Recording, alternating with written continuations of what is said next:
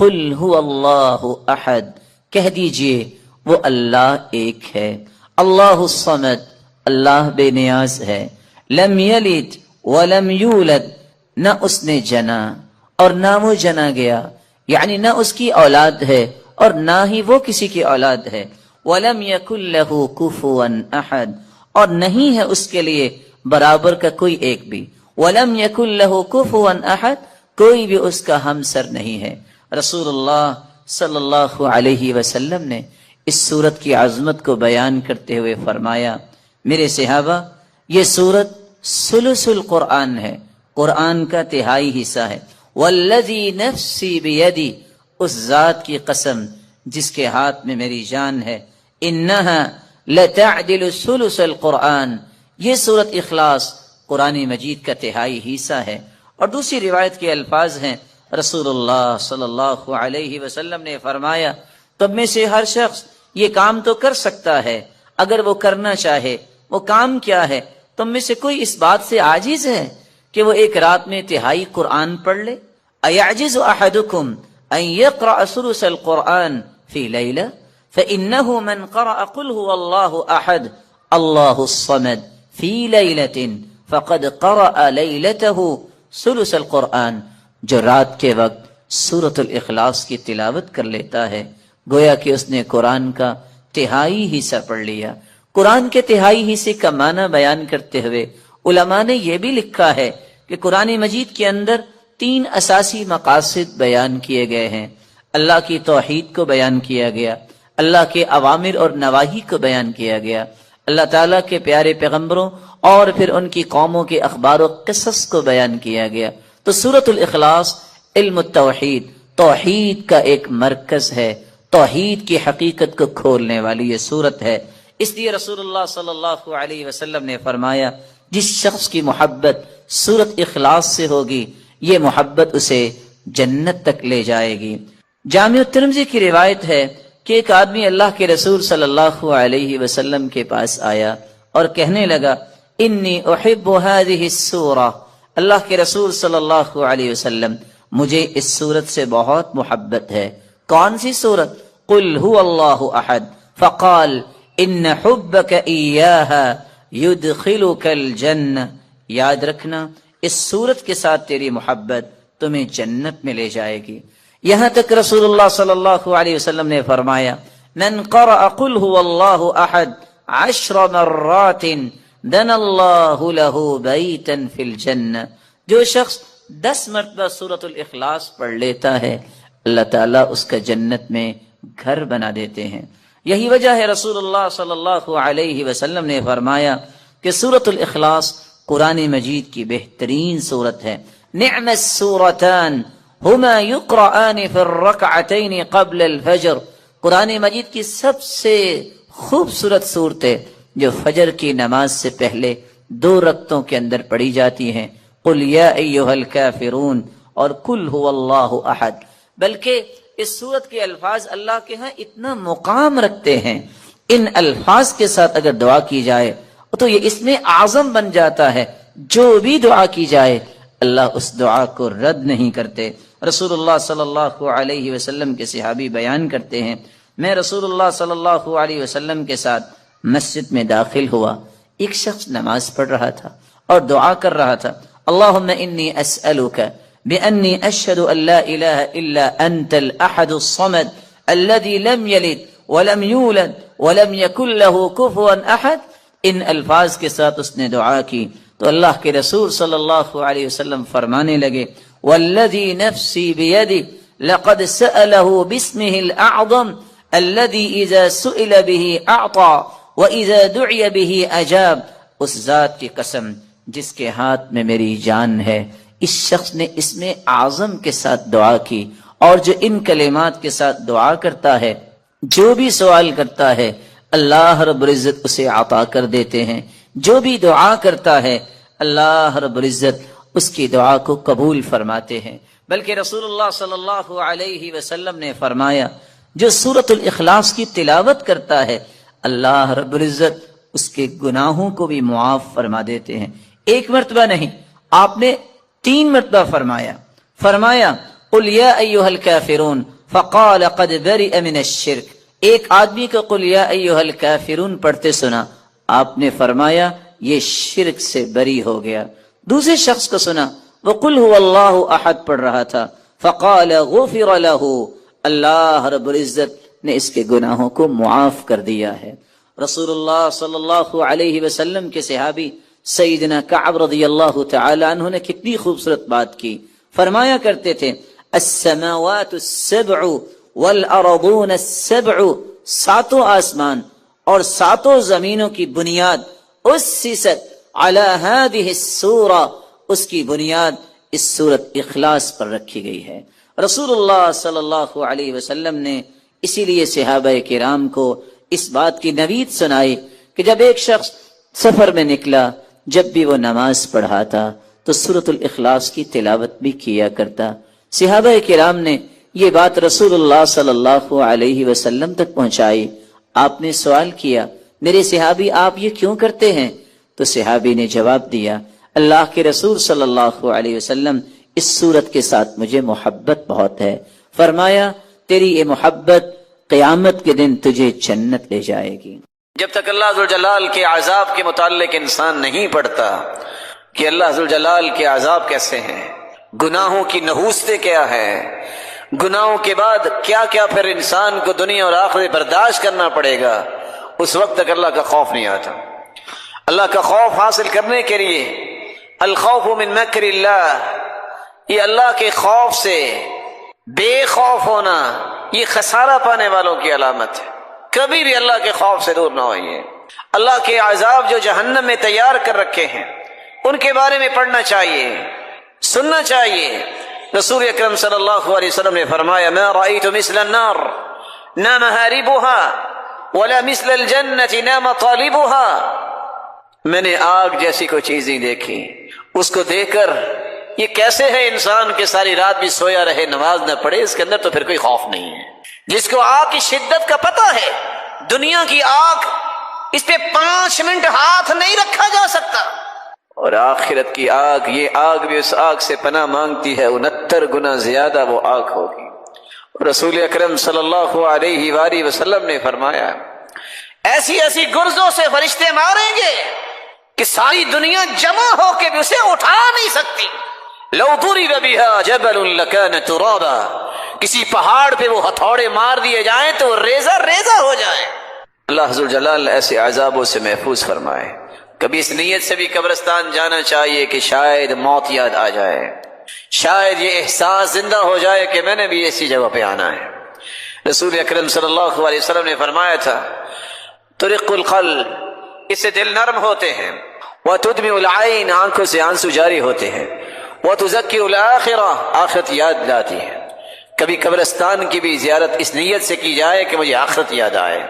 قرآن مجید کی واعظ و نصیحت سننے کے لیے وقت نکالیں، مجالس میں بیٹھے، اکیلے بیٹھے.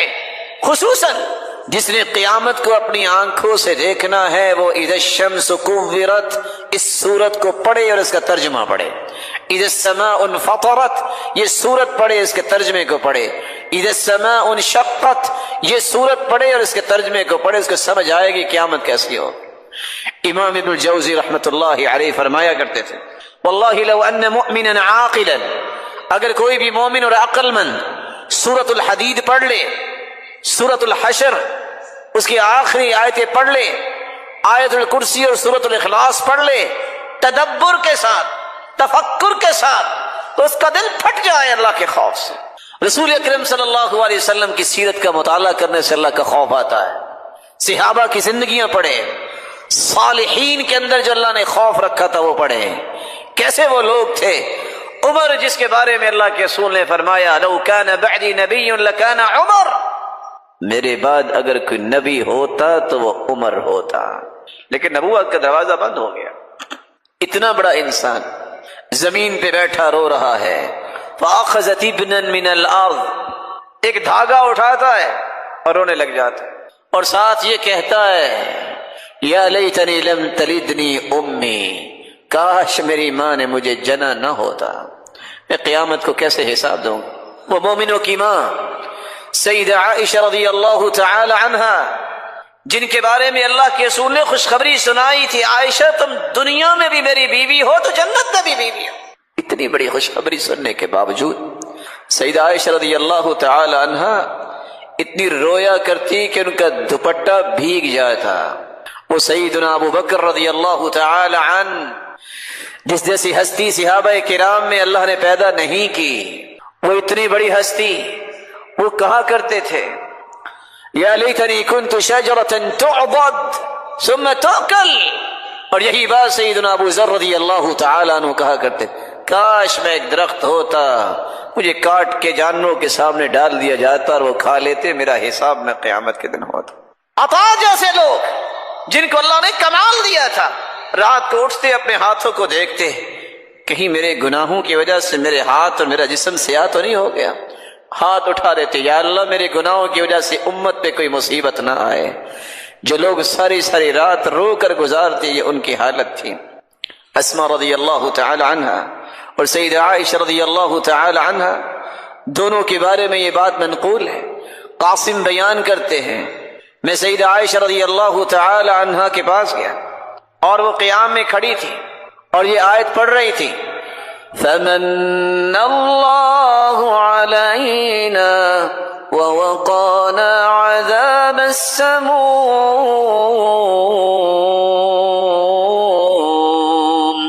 رسول اللہ صلی اللہ علیہ وسلم نے سورۃ الفاتحہ کے بارے میں کتنی خوبصورت باتیں بیان کی۔ سب سے پہلی بات، رسول اللہ صلی اللہ علیہ وسلم نے فرمایا والذی نفسی بیدی، قسم ہے اس ذات کی جس کے ہاتھ میں میری جان ہے، ما انزل فی التوراہ ولا فی الانجیل ولا فی الزبور ولا فی الفرقان مثلها یعنی القرآن، وإنها لسبع من المثانی والقرآن العظیم الذي اعطیته۔ اللہ تعالیٰ نے آسمانی اور الہامی کتابوں میں سے نہ تو تورات میں ایسی صورت نازل کی، نہ انجیل میں ایسی صورت نازل کی، نہ ہی زبور میں ایسی کوئی صورت نازل کی، اور نہ ہی قرآن مجید میں ایسی صورت ہے جیسی اللہ تعالیٰ نے سورۃ الفاتحہ کو نازل کر کے اپنی مخلوق پر انعام کیا ہے۔ یہ 7 آیتیں بار بار پڑھی جانے والی ہیں۔ یہ القرآن بھی ہے، قرآن مجید کی ماں کا درجہ اس کو دیا گیا، الکتاب بھی ہے، یہ کتاب کی کتاب اللہ کی ماں کا درجہ دیا گیا اس کو۔ رسول اللہ صلی اللہ علیہ وسلم نے ایک دوسری روایت میں فرمایا کہ سورۃ الفاتحہ یہ ایک بے مثال نور ہے، ایک ایسی روشنی ہے۔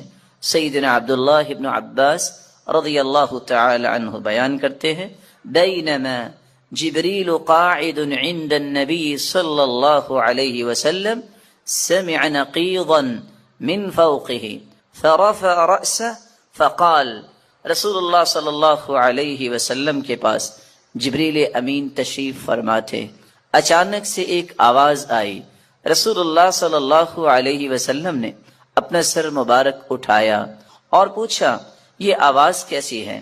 تو جبریل امین نے جواب دیا، هذا باب من السماء فتح اليوم لم يفتح قط الا اليوم، آسمان کا یہ وہ دروازہ کھلا ہے جو آج تک نہیں کھلا تھا۔ فنزل منہ ملک، اور اس دروازے سے ایک فرشتہ زمین کی طرف اترا ہے، فقال هذا ملک نزل الى الارض لم ينزل قط، پہلے نہیں اتارا گیا یہ فرشتہ الا اليوم، آج ہی اس کو اترنے کا حکم دیا گیا۔ فسلم، اور اس فرشتے نے اتر کر سلام کہا، وقال ابشر بنورین، اے اللہ کے محبوب 2 روشنیوں کے لیے، 2 روشنیاں اور 2 نوروں کے ساتھ آپ کو خوشخبری دینے آیا ہوں، اوتیتہما لم یؤتہما نبی قط قبلک، ایسے نور جو آپ سے پہلے کسی نبی کو عطا نہیں کیے گئے۔ فاتحۃ الکتاب ایک سورۃ الفاتحہ ہے، وخواتیم سورۃ البقرہ، اور سورۃ البقرہ کی آخری آیات ہیں، لن تقرأ بحرف منہما الا اعطیت، سورۃ البقرہ کی آخری آیتیں اور سورۃ الفاتحہ کا کوئی بھی حرف آپ پڑھیں تو اللہ رب العزت اس ایک ایک حرف کے بدلے عطائیں کرتے ہیں، اور یہ روایت صحیح ترغیب میں موجود ہے۔ بلکہ رسول اللہ صلی اللہ علیہ وسلم نے اس صورت کی عظمت کو بیان کرتے ہوئے صحابہ کرام کو کتنی خوبصورت بات سمجھائی۔ صحیح بخاری کا وہ واقعہ کتنا مشہور ہے کہ جب صحابہ کرام بنی سلیم کے قبیلے میں پہنچے، جب پتہ چلا، ایک آنے والی عورت نے بتایا کہ ہمارے قبیلے کے سردار کو بچھو نے کاٹ لیا ہے، کیا آپ کے پاس کوئی ایسا شخص ہے جو شخص دم کر سکتا ہو؟ تو رسول اللہ صلی اللہ علیہ وسلم کے ایک صحابی جنہوں نے صرف سورۃ الفاتحہ تلاوت کی اور اس کو دم کر دیا، رسول اللہ صلی اللہ علیہ وسلم کے اس صحابی نے اس سورۃ الفاتحہ کو پڑھنے کے بعد جب دم کیا تو وہ شخص ایسی شفا کی طرف چلا گیا، وَكَأَنَّمَا نُشِطَ مِنْ عِقَالٍ، جیسے کوئی گرہ باندھی ہو کھول دی جائے۔ رسول اللہ صلی اللہ علیہ وسلم کے صحابہ نے کہا جب تک اللہ کے رسول سے بات نہ ہو جائے تو یہ انہوں نے جو 30 بکریاں بطور عوض اس کے دیا ہے، ہم اس وقت تک کوئی بات نہیں کریں گے۔ جب رسول اللہ صلی اللہ علیہ وسلم کو یہ بات پہنچی، آپ نے فرمایا وَمَا كَانَ يُدْرِي أَنَّهَا رُقْيَ اقْسِمُوا وَاضْرِبُوا لِي بِسَهْمٍ، آپ کو پتہ نہیں اللہ تعالیٰ نے اس صورت کو شفا بنا کے، اس صورت کو دم بنا کے نازل کیا ہے۔ اور یہی بات ابن القیم رحمۃ اللہ علیہ نقل کرتے ہیں کہ میں نے کتنے سفر کیے اور جب بھی میں بیمار ہوا تو میں نے اللہ کے پیارے پیغمبر کی اس بات پہ یقین کر کے دوائی نہیں لی، بلکہ سورۃ الفاتحہ پڑھتا اور میں دم کر لیتا اپنے آپ کو، اللہ رب العزت مجھے شفا یاب کر دیتے۔ سورۃ الفاتحہ یہ عظیم ترین سورت ہے۔ رسول اللہ صلی اللہ علیہ وسلم کے صحابی سیدنا ابو سعید بن معلی بیان کرتے ہیں، مر بی النبی صلی اللہ علیہ وسلم وانا اصلی، اللہ کے رسول صلی اللہ علیہ وسلم میرے پاس سے گزرے، میں نماز پڑھ رہا تھا، مجھے انہوں نے آواز دی، میں نے سلام پھیرا اور سلام پھیرنے کے بعد اللہ کے رسول صلی اللہ علیہ وسلم کی خدمت اقدس میں حاضر ہوا۔ آپ نے فرمایا میں نے آپ کو آواز دی، الم یقل اللہ یا ایھا الذین آمنوا استجیبوا للہ وللرسول، آپ نے اللہ کا یہ کلام نہیں سنا کہ جب اللہ اور اس کے رسول کی بات ہو تو اس بات کو فوراً مانو، لبیک کہو۔ کہا اللہ کے رسول صلی اللہ علیہ وسلم میں نماز پڑھ رہا تھا۔ پھر اللہ کے رسول صلی اللہ علیہ وسلم نے فرمایا الا اعلمک اعظم سورۃ فی القرآن قبل ان اخرج، کیا میں تمہیں قرآن مجید کی سب سے عظیم سورت نہ سکھا دوں اس سے پہلے کہ تم مسجد سے نکل جاؤ، اپنے گھر کو لوٹ جاؤ؟ میں نے کہا کیوں نہیں؟ تو رسول اللہ صلی اللہ علیہ وسلم نے جو سورت سکھائی، جو قرآن مجید کی عظیم ترین سورت ہے، وہ سورۃ الفاتحہ کی تعلیم دی۔ یہی وجہ ہے رسول اللہ صلی اللہ علیہ وسلم نے یہ فیصلہ سنا دیا، کاش اس فیصلے کو بھی امت مان لے، لا صلاۃ لمن لم یقرأ بفاتحۃ الکتاب، جو شخص نماز کے اندر سورۃ الفاتحہ نہیں پڑھتا اس کی نماز نہیں ہوتی، جیسا کہ صحیح بخاری کی روایت ہے۔ اور صحابی تو بیان کرتے ہیں، عبادہ بن صامت رضی اللہ تعالی عنہ کہ فجر کی نماز ہم نے پڑھی اللہ کے رسول صلی اللہ علیہ وسلم کے پیچھے، جب رسول اللہ صلی اللہ علیہ وسلم قرآن کی تلاوت کر رہے تھے، فثقلت علیہ القراءۃ، قرات آپ پہ بوجھل ہوئی، رسول اللہ صلی اللہ علیہ وسلم نے سلام پھیرا اور سوال کیا لعلکم تقرؤون خلف امامکم، کیا تم امام کے پیچھے بھی پڑھتے ہو؟ تو صحابہ کرام نے کہا جی ہاں۔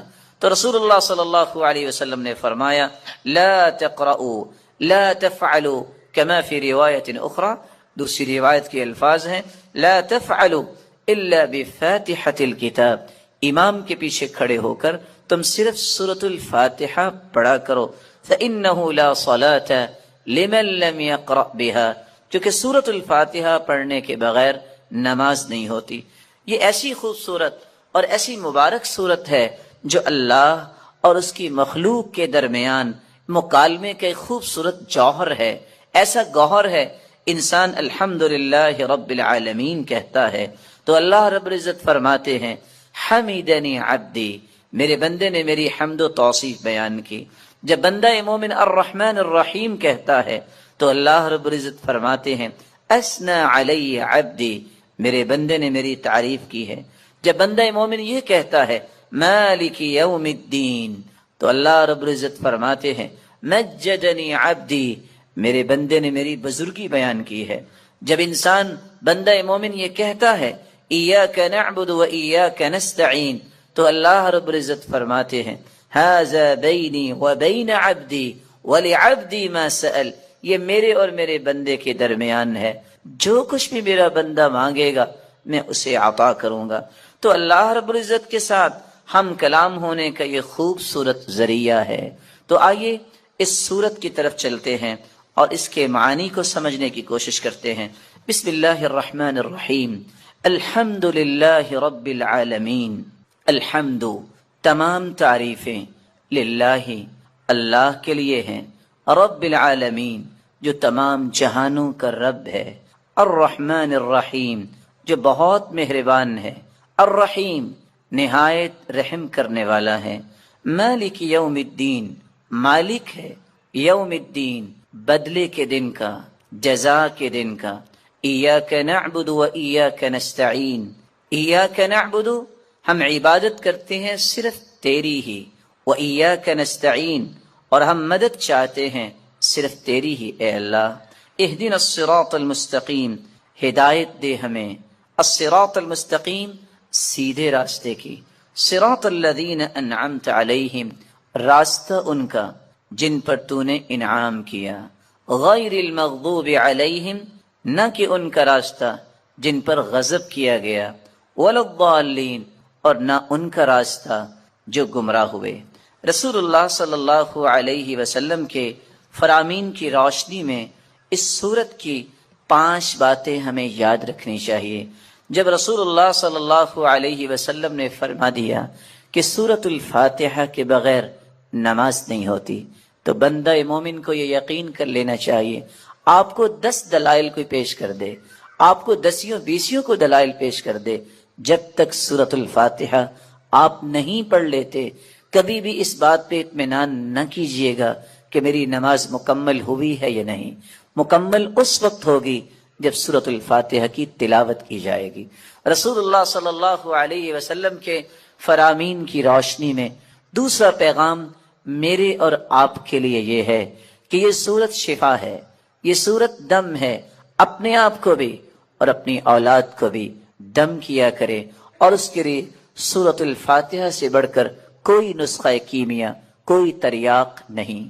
تیسرا پیغام اس سورت کا جو مجھے اور آپ کو سمجھنا ہے کہ اللہ کی تعریف اللہ کو بہت پسند ہے۔ یہی وجہ ہے عبداللہ ابن عباس رضی اللہ تعالی عنہ فرمایا کرتے تھے، الحمدللہ، ہر شکر کرنے والے کی زبان کا یہ وطیرہ ہے۔ الحمدللہ، سب سے پہلے آدم علیہ السلام نے جو کلمہ اللہ نے جب انہیں پیدا کیا، روح ڈالی، تو سب سے پہلا کلمہ جو ان کی زبان پہ آیا وہ الحمدللہ تھا۔ شفا لینے کے لیے آپ کو 3 اصول زندگی میں کبھی بھی نہیں بھولنے چاہیے۔ سب سے پہلا اصول، یقین بنانا پڑے گا میں دنیا کے سارے ڈاکٹرز اکٹھے کر لوں، دنیا جہان کی قیمتی سے قیمتی دوائی لے لوں، علاج کروا لوں، شفا کس کے ہاتھ؟ اللہ کے ہاتھ۔ جب تک یہ یقین نہیں ہے میرے بھائی، اس وقت تک کوئی کام نہیں بنے گا۔ شافی وہی ہے، یہ پہلا یقین دل میں بٹھائیے کہ میں دنیا جہان سے علاج کروا لوں گا، جب تک ادھر سے آرڈر نہ ہوا کچھ نہیں ہوگا، جب تک اس کا فیصلہ نہ ہوا تو کچھ نہیں ہوگا۔ آج تھوڑی سی بیماری لمبی ہو جائے یا اچانک سے ڈاکٹرز کہہ دے نہیں اب کوئی بات نہیں بننے والی، تو پھر پتہ کیا کرتے ہیں؟ ابھی وہ بیچارہ 4 روپے بھی پڑا ہوتا ہے، کہتے ڈاکٹرز نے تو جواب دے دیا ہے، اب ہو سکتا ہے شام تک، یا چلو شاید 2 دن نکال لے۔ اور مجھے اس وقت حیرت ہوتی ہے جب کوئی محترم بھائی کال کرتا ہے، کہتے جی ڈاکٹرز کہہ رہے ہیں اگر آپ نے وینٹیلیٹر پہ ہے اس وقت مریض، اگر وینٹیلیٹر آف کروا دیا اس کی ڈیتھ ہو جائے گی۔ سبحان اللہ، یعنی آپ کی وینٹیلیٹر کی روح پکڑ کے رکھی ہے کیا؟ یہ کس قدر عجیب بات ہے۔ جو سانس اس کے باقی ہیں وہ باقی ہیں، دنیا کی کوئی طاقت ان سانسوں کو بچا نہیں سکتی، اور اگر بچ گئے ہیں تو دنیا کی کوئی طاقت ان کو ختم نہیں کر سکتی۔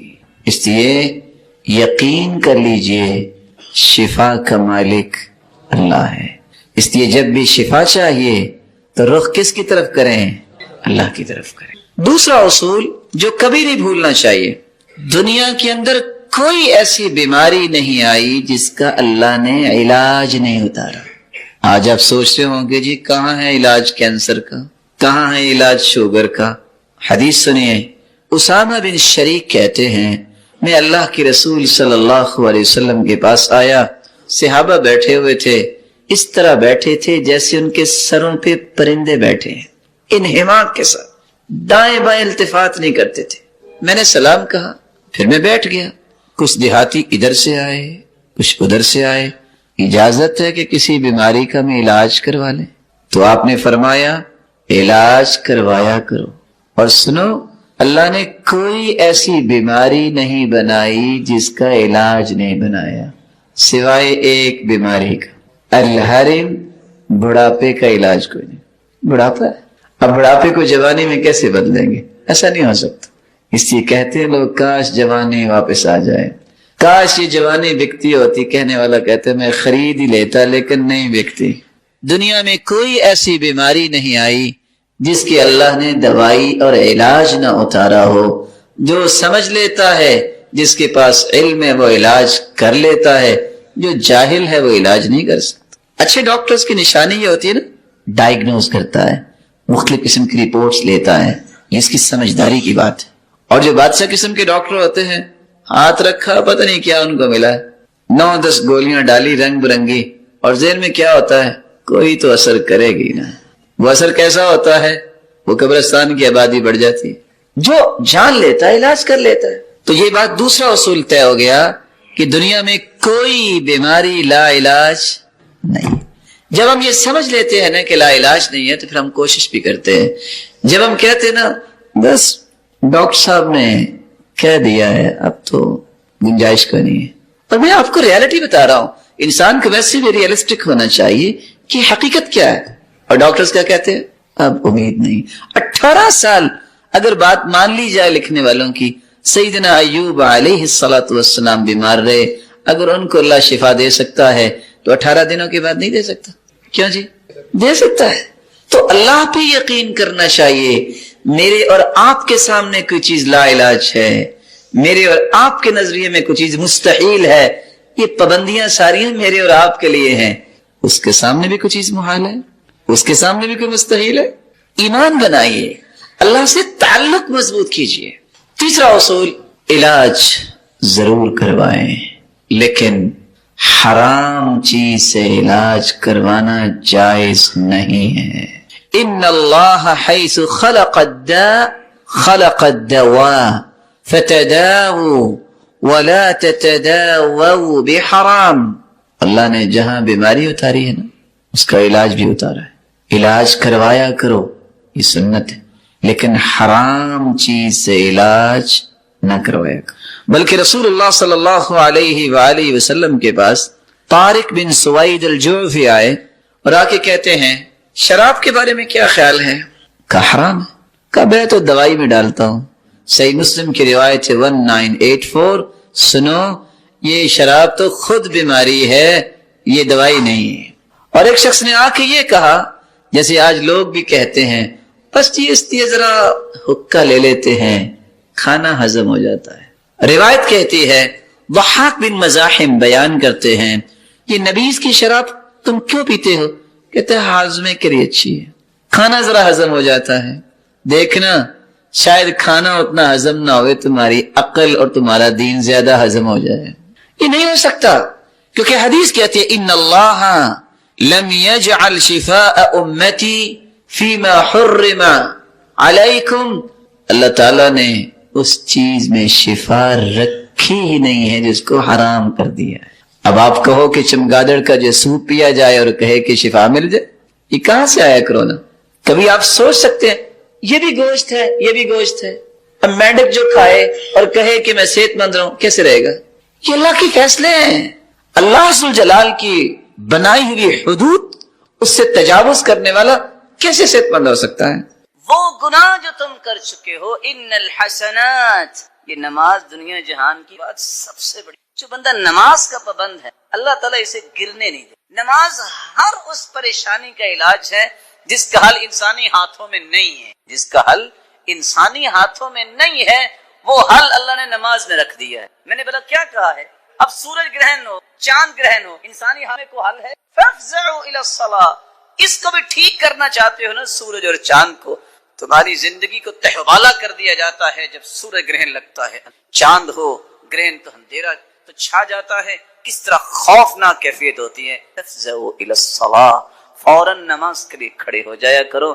یہ نماز ہی ایسی نعمت ہے جو ہر طریق روشنی میں بدل دیتی ہے، وہاں سورج گرہن بھی ختم ہو جاتا ہے، چاند گرہن بھی، تو جو آسمانی آفتوں کو بھی دور کر سکتی ہے نماز، دنیا کی آفتوں۔ ان الحسنات یذہبن السیئات ذالک ذکری للذاکرین، کہ یاد رکھنے کے لیے ہے۔ جو ایک بات 5 وقت کہتے ہیں آجو، کبھی آپ نے دیکھا ہے کہ 4 سے 6 گھنٹے کی فلائٹ جب لینڈ کرتی ہے تو فوراً 1 سے 2 سے 4 سے 10 لوگ ٹاج کے ساتھ، اس کے پروں میں کوئی مسئلہ تو نہیں، ٹائروں پہ وائی، اس نے دوبارہ اڑان بھر۔ اللہ عز جلال، انسان سو گیا، سارے کے سارے آرگن اس کے آف ہو چکے، صبح اٹھا ہے تو سب سے پہلے اس کو اپنے سامنے کھڑا کر کے چیک کرتے ہیں کہاں کوئی زوری ہے تو اللہ اس کو ٹائٹ کروا دے، پھر اس نے زور تک کام کرنا ہے، پھر اس کو لاتے ہیں ادھر آؤ ورک شاپ میں آؤ، پھر اس کو ٹھیک کر کے اثر تک پھر اس کو کہتے ہیں کرو کام جو کرنا ہے، اثر کو پھر بلا دیتے ہیں۔ یہ 5 وقت آپ کی جسمانی، روحانی اور فکری اور عملی ہر قسم کی فٹنس کے لیے بھی ضروری ہے کہ اللہ کے سامنے آ کے کھڑے ہو جاؤ،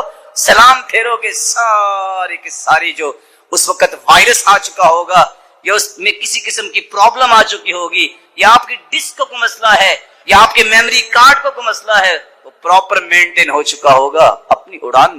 کاش کسی کی سمجھ آ جائے۔ غریب اللہ، اللہ کی قسم، جس بندے کو نماز میں لذت آتی ہے اس بندے جیسی لذت نہ کہ کسی کھانے میں بھی دیکھی، اور یہ لذت کا آنا بھی اللہ کی رحمت کے دروازہ کھلے ہونے کی دلیل ہے۔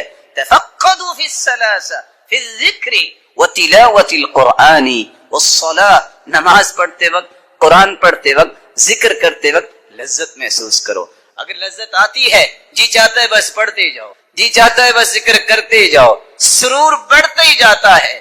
کبھی کبھی آپ نے دیکھا گرمی ہو، پیاس لگے تو آپ چند گھونٹ بھی ڈالتے ہیں تو جدھر جدھر پانی جا رہا ہوتا ہے۔ بعض اوقات انسان ذکر کرتا ہے، سچی بات ہے، سر کی چوٹی سے لے کے پاؤں تک پتہ چل رہا ہوتا ہے سر درد بھی ختم ہوگی، ریلیکس ہو گیا، اچھا کچھ دم کو۔ آج ایک حسد جادو سے آ جاتی ہے، آپ اس کے شہزادے عنہ وارضاہم بیمار پڑ عجب ہے، کہا دو بیمار ہے، کہا مجھے نے بھیجا وہ دم کی ابراہیم آق اور اسماعیل کیا کرتے تھے، وہ دم یہ ہے، اعیذنا من کل شیطان وہام وکل عین لامات پر دم کی یہ علاج پایا ہے۔ اور آپ نے بخاری سنی ہے، صحابی کے حاملی سے کہا میں نے کیا ہے، تو ہر مسلمان فاتحہ تو یاد ہی اکلا اس مجھے آپ لکھتے آئیں، کبھی یقین تھا میں جب بھی فاتحہ پڑھ کے ہی دم شفا دے دے، شافیہ شفا دینے دیا ہے کہ دم کا شفا دیتے ہیں۔ رسول اللہ علیہ وسلم جبریل ابی ہوا، فرمایا اس محمد صلی اللہ علیہ وسلم اللہ کے روح آپ بیمار ہیں، کہا جی تمہیں کو آج میں کہا مجھے من شر نفس او عین حاسد اللہ ارقی واللہ یشفی، فرماتے ہیں نام کیا تو آپ کو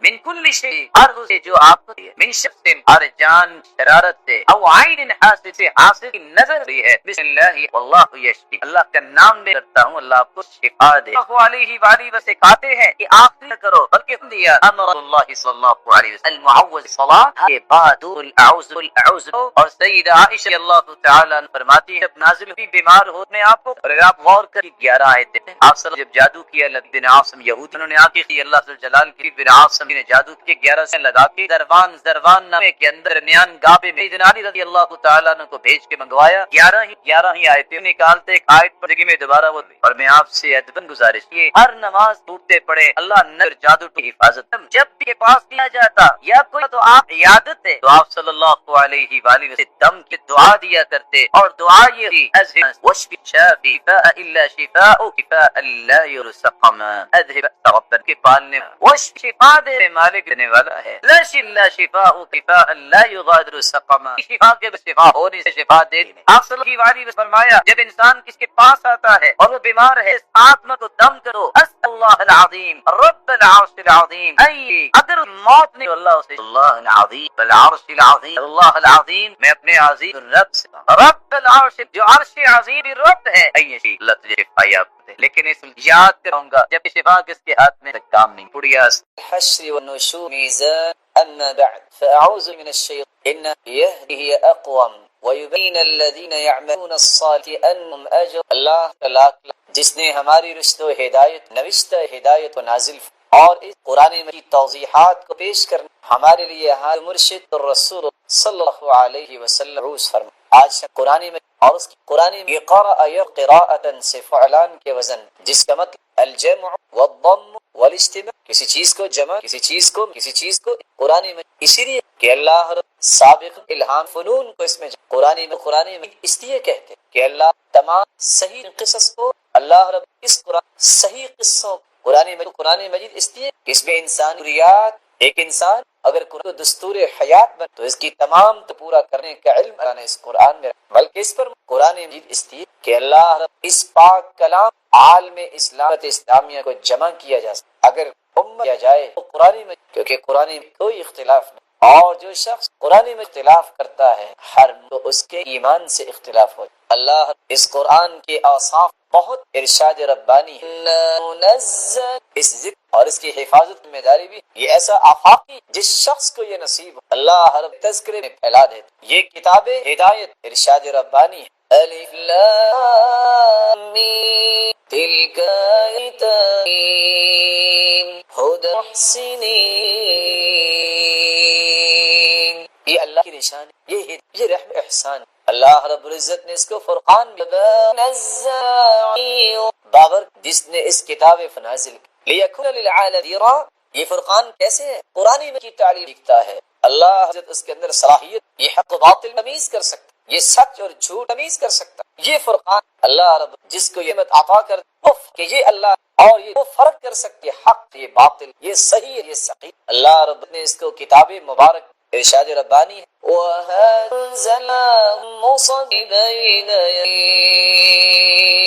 وَأَنزَلَ مبارک اس کتاب کو برکت نازل کی برکت جس شخص کا تعلق اس کے ساتھ مضبوط اللہ رب اس پہ بھی برکت کی برکت اور دوسری جگہ فرمایا اس کتاب کو کتاب بنا اس کے بیان کردہ احکامات کی روشنی میں کی کہ زاویہ اپنے رویوں پر سیدھی لعل اللہ کی متلاشی ہو تو اس کتاب ہدایت کتاب مبارک اتباع کر اس کی روشنی میں اللہ رب العزت اس کو کتاب یہ روشنی جس شخص کا تعلق کتاب سے جڑ جاتا ہے یہ روشن بن اللہ اس کی روشنی ہو دنیا میں بھی اور آخرت ارشاد وَكَذَا